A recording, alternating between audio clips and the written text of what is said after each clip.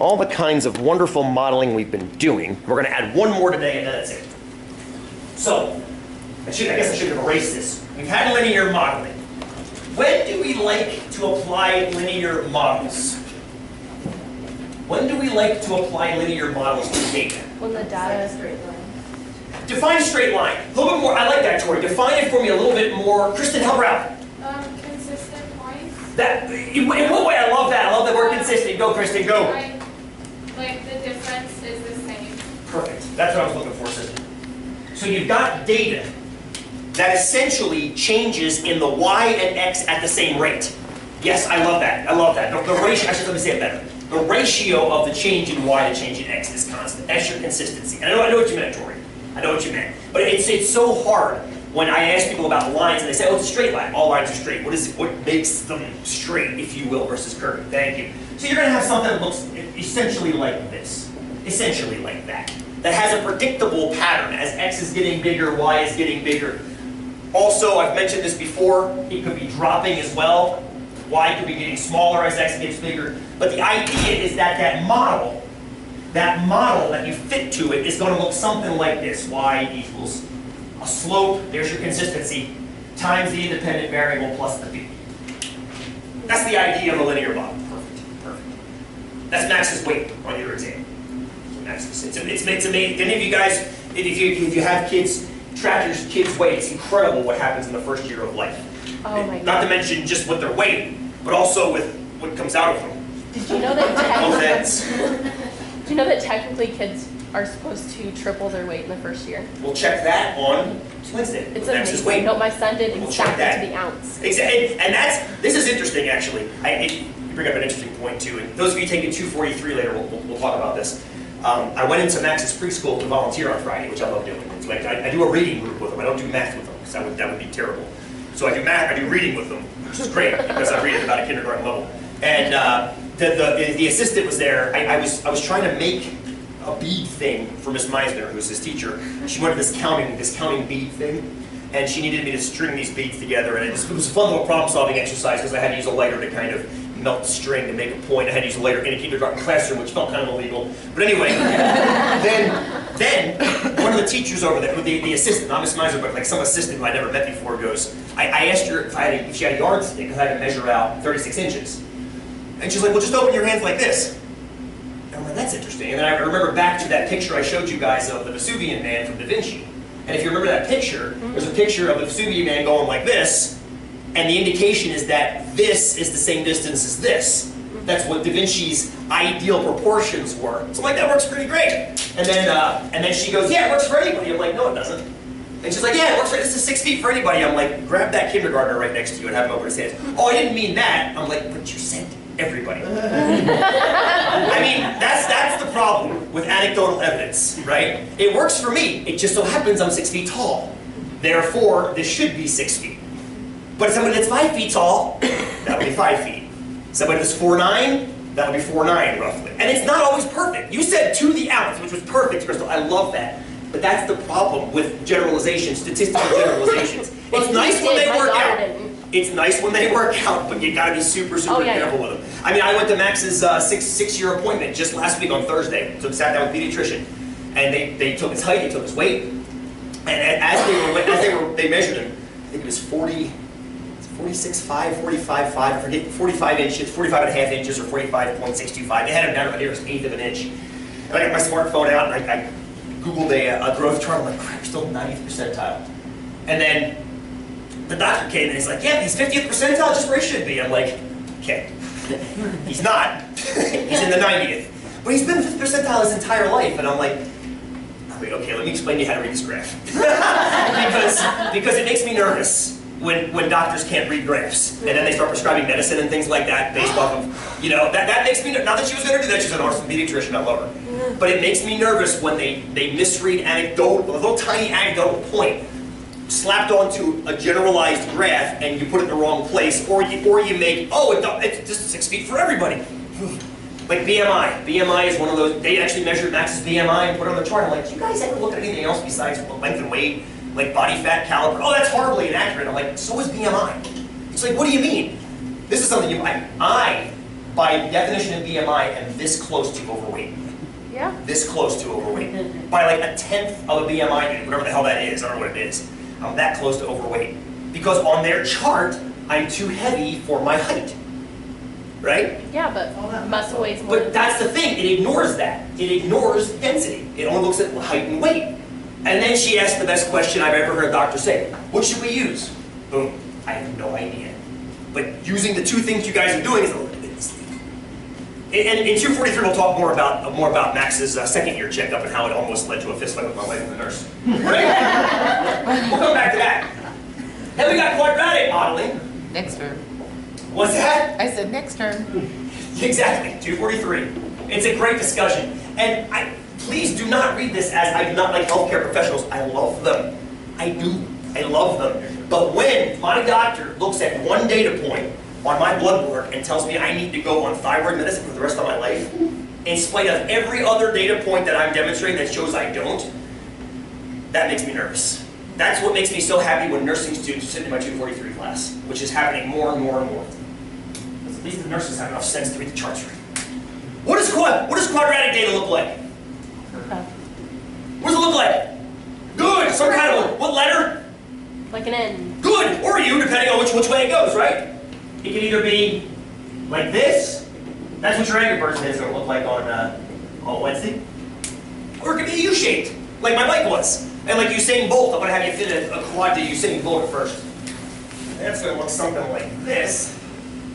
And the danger of quadratic modeling, just like linear modeling, is what happens when you go too far past your data. Remember what that's called?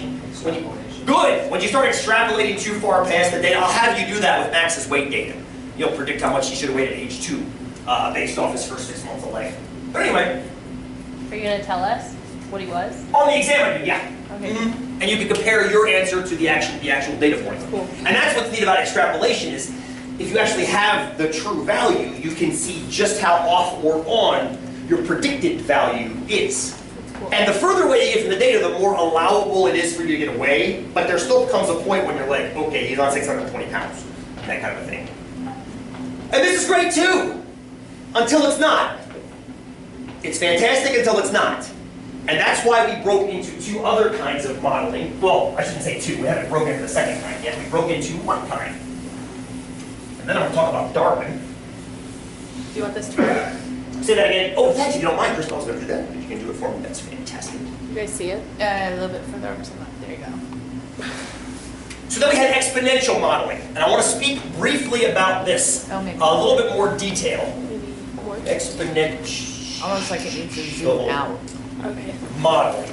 And I actually want to put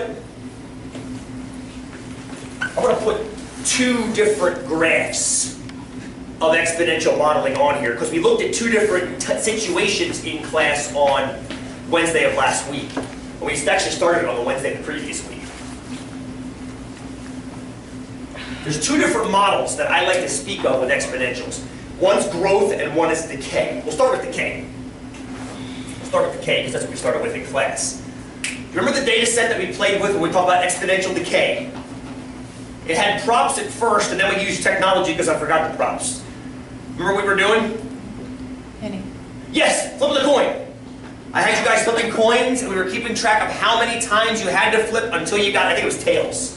Yep. So you kept flipping until you got tails. And the beauty of that was the data went like this. Now that looks quadratic, doesn't it? It looks quadratic. What happens if you go further into? That's the kicker. That's the kicker, is if you go further, it will never zero out, nor will it go back up. Kristen, this was your awesome question from your email. When she was running the quiz for this week, I have it posted for this week, of course I'll push it back. The problem with that is, the data zeroes out. Your data goes to a y value of 0. You can have an x value of 0. You just can't have a y value of 0. You can't have this thing come out and hit this axis. It gets upset. Because the equation for this, and I do want to look at the equation. These in red, yeah? I do want to look at the equation. If you do these graphs, okay, this looks like this. Y equals, generally there's a number out front called the initial value or the initial condition or something like that. And then the interesting stuff happens right here with this. That B value, I think it's called the base, usually. I think it's called the base. that guy right there. That's where the fraction or percent that you're interested in is happening. So for you guys, when we fit our coin model in the TI, do you remember, I think I remember what the number actually was in that model for those coin flips. Was it 0.46? I think it was. It was like 28 times 0.46 to the x, I think. It was close to that if it wasn't exactly that. 0.47. 0.47, even better. Was it 28-ish out here, Mike, or 24? 24? 24.9. Good, because there were 24 people in the room. Which means this should be 24, because you start with 24 people in the room. So this is like your initial, value that you have. And this base is the percentage that remain each time you do a trial. Now 0.47 isn't exactly what it should be. Remember what it was supposed to be flipping coins? 0.5. It should have been a half. This was Ariel's awesome question about probability and how was it connected. It should have been 0.5. 0.47 is damn close though, isn't it? So this base right here, this base is the percentage that remain after each trial.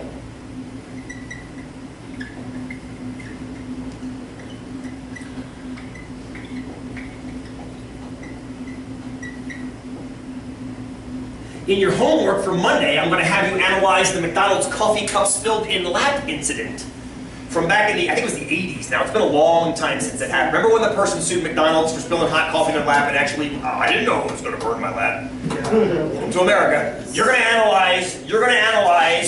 analyze data of a cooling, boiling cup of liquid and see how, I know, Andrew, don't get too upset about it. It's not worth it. You have gray hair like me.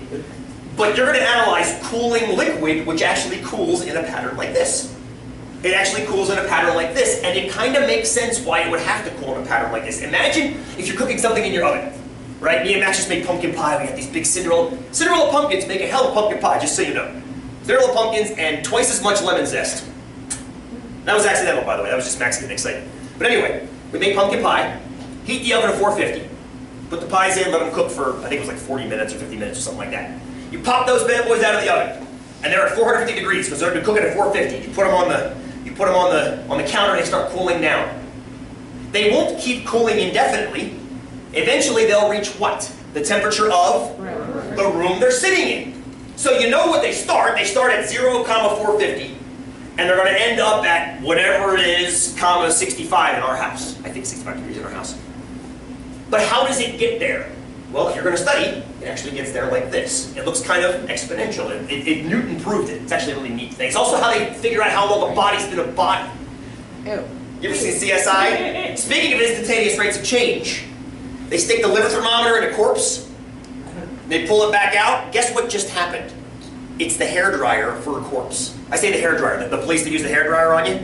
Police use the hairdryer on you, yes. They figure out how fast you're going. When they stick a liver thermometer in a corpse, it takes 2 quick time temperature measurements. I don't exactly know how fast I've never used one, but it's 2 quick. They take a time at 0 in a temperature, and then a time later in the temperature. And from those 2 data points, they can figure out where on this curve they are, and they can figure out back here, which is the time the corpse became a corpse. Pretty freaking rad. Instantaneous rate of change. It's really cool. Say that again? A body like a pie cools after it's dead. Or like a body. A body like a pie cools over time. Yeah, and the heat of the pie is decay. You're right, that's what I'm saying. The pie and the body are the same except for ethics. Cool. I think we're saying the same thing, Benji. I think. Ethics are fine. I think. What's the matter? Why does that make your ethics are fine? Okay. Well, I mean, my literalness is fine. Now, this is beautiful, but this is exponential decay. And you'll notice that when things are decaying exponentially, B is going to be a number less than 1. A positive number. So it's bigger than 0, but it's going to be less than 1. So this, for a decay, let's do that in green. For a decay model, B is going to be less than 1, but bigger than 0. You can't let B be negative. Well, I shouldn't say that. You can let B be negative. It's actually fun when B is negative. Weird crap happens mathematically, but it doesn't make any sense data-wise because it doesn't behave like normal data.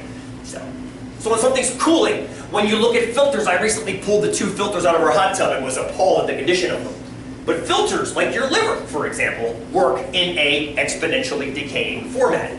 Every certain amount of time, a certain percentage of impurity is removed from your body. I don't know exactly what it is for a liver, but certain filters remove 70% every 5 minutes. You've often heard pumps given by, we turn the water over once an hour, we turn the 3,000 gallons over once an hour, 3,000 gallon pumps.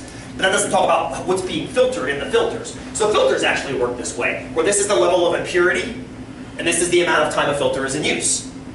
So if you use charcoal filters with really highly toxic spills, they'll throw charcoal on there because charcoal does a really good job of filtering impurities, things like that. You'll see all this in your homework when we do it for next Monday. So, fair enough? But that's all decay. That's all decay. You can also have an exponential growth model, and we looked at one at the end of class last time. Remember what it was we were looking at?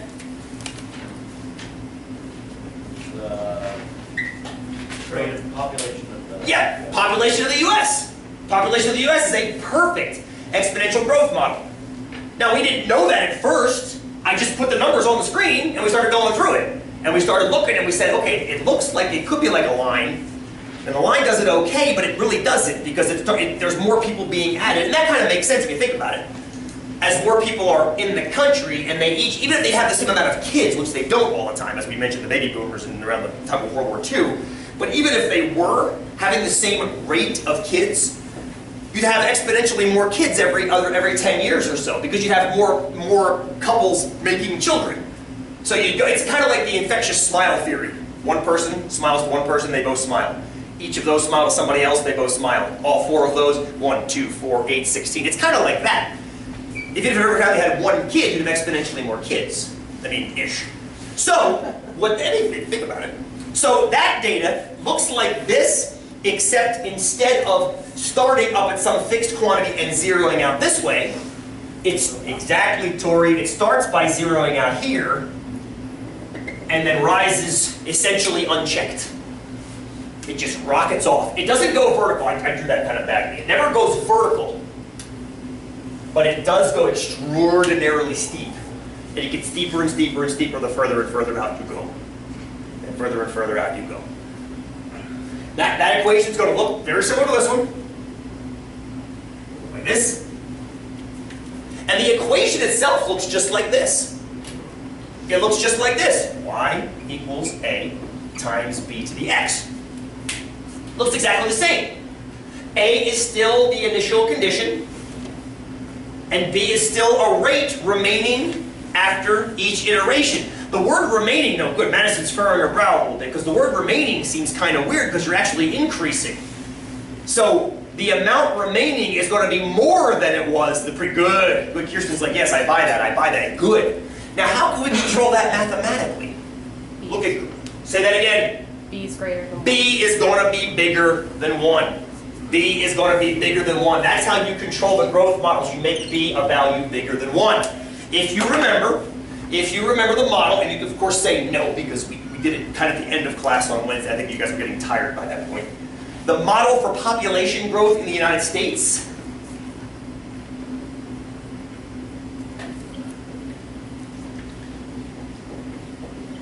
was something along the lines of Y equals, I'm going to make up an initial number, because I think it was we're going to call it 1,000,000, because I forget how far back we were. I'm going to make it 1,000,000, I don't exactly know.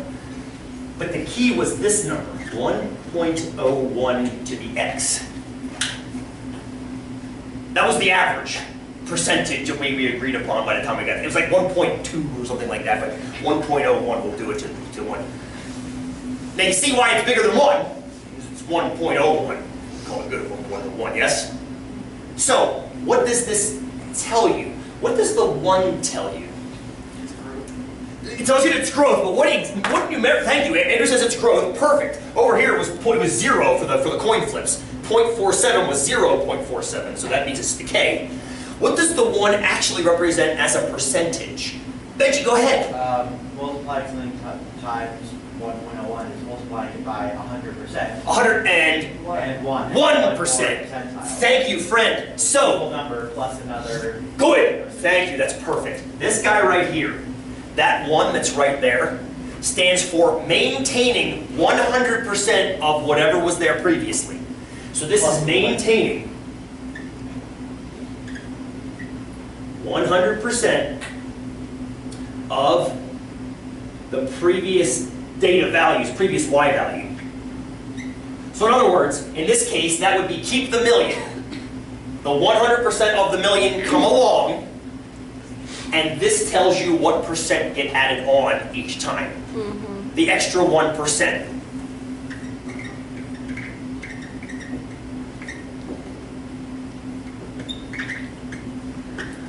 That's why the decay model has a 0 in the front. The 0 in the front of the 0.47 or the 0.5 or whatever it is indicates that you're not bringing along the previous number, you're bringing along only a fraction of the previous number. So when your decay model was 0.47, that's 47%, you're bringing only 47% of the remainders forward. And then the next time, only 47%. And the next time, only 47%. Here, you're bringing all of it plus an additional 1%. Does that make sense? Is that ish fair? Where do you see this in your lives every single day, even if you're not aware of it? Well, actually, this is different. I was talking about this where I work at. We have to make comp numbers, which is like our yearly increase. Yes. So we have a budget of 5%. So we have to make 5% above what we did last year, and in order to bonus, we have to make 10% above that. And so the next year after that, you have to make 10% above what you did last year. It's a little bit unreasonable. Yeah, it is. It's a little bit unreasonable because it's always growing and never leveling off, right? Unless they say, here's the minimum you have to make and you can make 5 or 10% above that. But if you're basing the next year's, on a 5% increase. which this is not the only place this happens. How many of you guys have heard, have you ever noticed, right before the end of the fiscal year, all the trucks working on all the roads around the state? Maybe you've never noticed it before. It seems like there are these times when all of a sudden a bunch of road construction gets done. And there's a very simple reason for that. Certain budgets, if they run out and you don't use every penny in that budget, the next year that particular dump will get less money. And, or even worse, they won't get the raise, cost of living, if you will, 3%, 4% inflation raise based on that. And that gets a little ridiculous because you just keep spending just to spend and you grow this way, and it becomes silly. Thank you, Andrew. It's a very good point. And it's a little bit unfair. If it never indeed gets checked at all. Thank you, very, very good. I do have a solution, potential, we'll come back to that. Where else could you possibly see this? How many of you guys have a checking account or a savings account?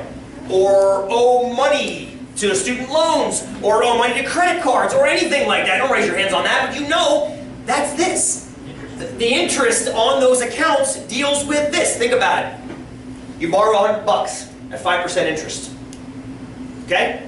The next year, you owe, if you wait an entire year to pay it back and you haven't paid anything back on it, you now owe $105. The $100 you borrowed plus 5%. So you picked up an additional $5 in interest, yes? Yeah, but then the year after. The next year, assuming you don't pay it back again, you're going to add more than 5% interest because you have to take 5% of the 105. See what I'm getting at here? That's pure exponential growth and a little unreasonable. Because it grows unchecked. It grows without being checked. So, is there a fair model that can represent, because some things do grow unchecked. Things like certain viruses. Cancer grows unchecked if allowed to. Cancer eventually will grow unchecked, except it's limited by the size of the body that it's in. I don't mean to speak of cancer lightly. I despise cancer. One of the reasons I grow my hair out is to cut it off and donate it because of my aunt who had cancer. But there is a model that does a better job of describing the limitations. And here's what we're going to do. We need technology to do this. We're going to simulate a flu virus in here.